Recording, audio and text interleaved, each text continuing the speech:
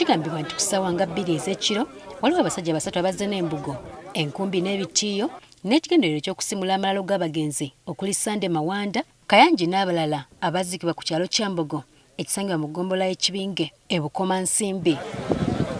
Okusinziira ku batuuze, ekibanja okuli ebijja bino kyali kya mugenzi Kayanji era nga yakirekera mutabani we, naye kati omugenzi Sande Mawanda nga nnamwandu we kwabadde akolera emirimu gye okusobola okulabirira bamulekwa. Anyuma lw'omuvubuka omwe yasikira omugenzi wera mu Kampala ndowooza ensi n'emulemerera nasalawo ajja atunde ye mbooberero batira ali ku poliisi n'ateesa ndowooza ne maama we batundewo. Abatuuze bagamba nti kyababuuseeko okulaba abasajja ekiro nga bazze okuziikula bafu bano awatali wadde ebbaluwa ya kkooti ebakkiriza okubasimulayo.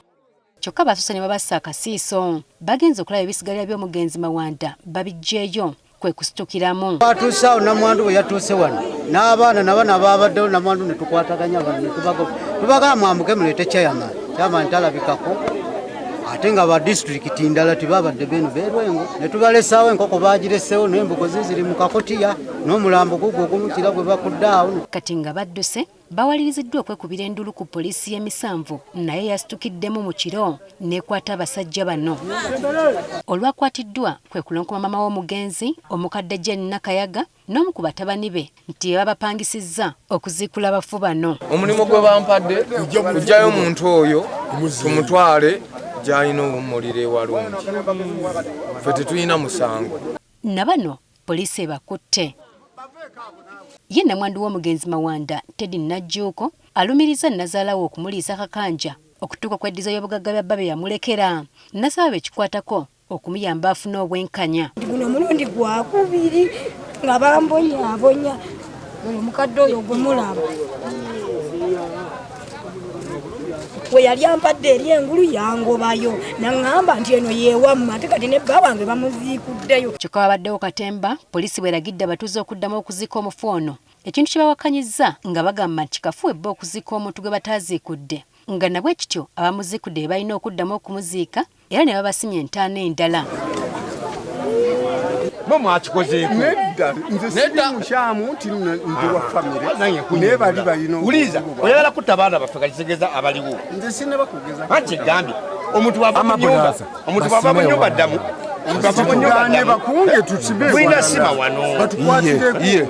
Julius Segawa omu ku bapangisiddwa okukola omulimu guno ategeezezza nga nabo bw'abadde ku mulimu gw'abatumiddwa oluvannyuma lw'omukadde Nakayaga okubategeeza nga bwe bafunye olukusa okubaziikula. Era ffe n'okukola ensasagge eno ffe okudduka ffe twewadde security naye nga munnaffe yatuwadde nti musimule abantu bano yasoose ku poliisi netugamba nti ne bamuwa ebbaluwa nti akkirizibwa. Abakulembeze n'ab'ebyokwerinda nga bakulembeddwamu ssentebe w'eggombolola y'Ekibinge Deo Bwanika bavumiridde ekikolwa ky'okutyobola eddembe ly'abafu olw'ebyenfuna. Ate nno baali bamazeeko eddembe lyabwe naye mu ngeri emenya amateeka.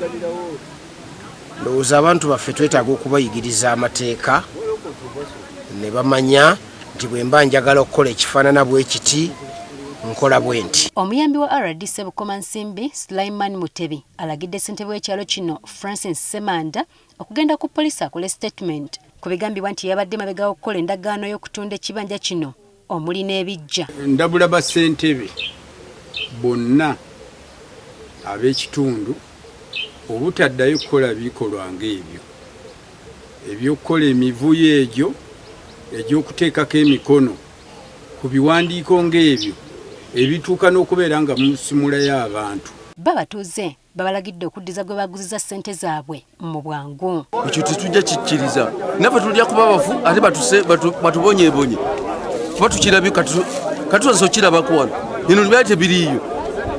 Abakwate bo bakyakumirwa ku poliisi y'e Bukomansimbi.